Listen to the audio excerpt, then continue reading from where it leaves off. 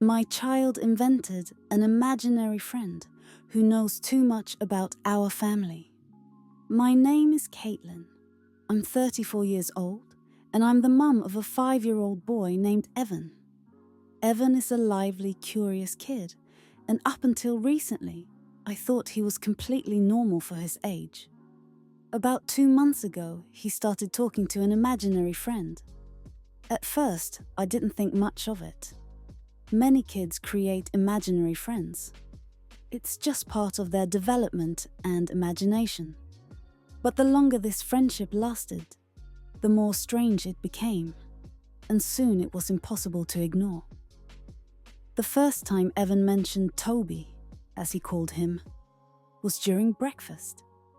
He was looking towards an empty chair and laughing.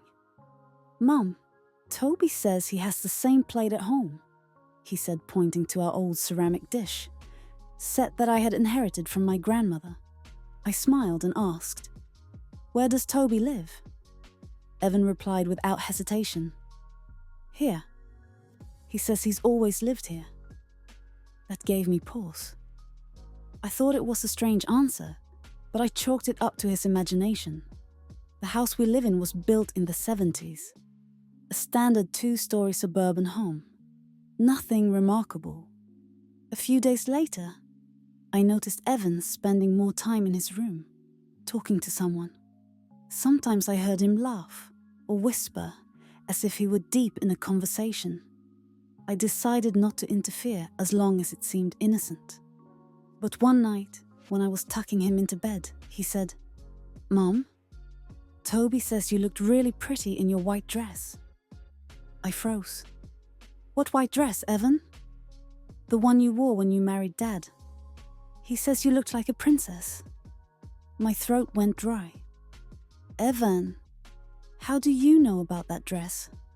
"Toby told me," he said casually. I tried to brush it off, telling myself he must have overheard a conversation or seen something without my noticing. But we hadn't shown him our wedding photos, and there was no way he could have seen my dress.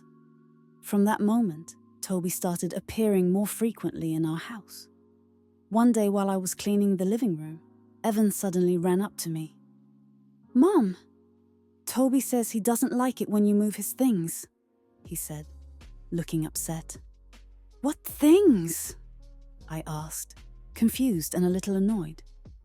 "In the drawer of your desk, the little box with the red design on it." A chill ran down my spine.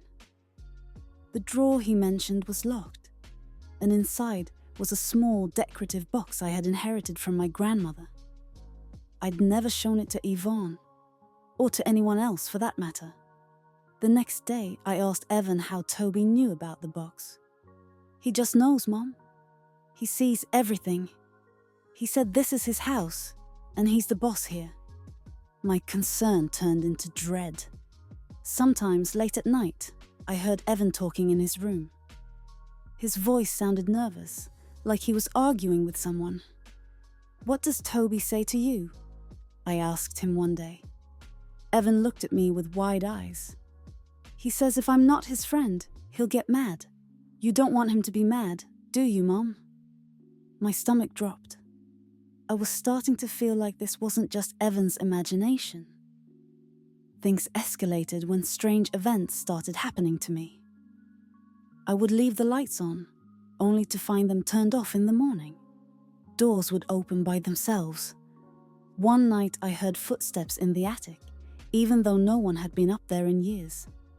I told my husband, Michael, about everything. He tried to reassure me, saying I was probably overthinking it.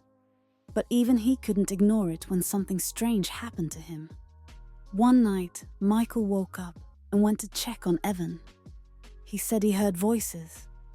When we opened Evan's door, we found him standing by the window, whispering to someone. "He said he's going to take us all away soon," Evan said in a hushed voice, staring at nothing. We were horrified. We put him back to bed and decided to call for help the next day. We took Evan to a child psychologist, thinking this might be a phase or the result of some trauma we weren't aware of. But during the sessions, it became clear that Evan truly believed Toby was real. In desperation, we contacted a medium. She walked through our house and told us there was indeed something there, a spirit tied to the property. She said it was likely a previous occupant who felt the house still belonged to them and was using Evan as a way to communicate. The medium performed a cleansing ritual, and after that, Evan stopped mentioning Toby. The house became quiet again, and we tried to move on. But sometimes, late at night, I wake up and wonder, what if Toby isn't really gone? What if he's just waiting for the right moment to come back?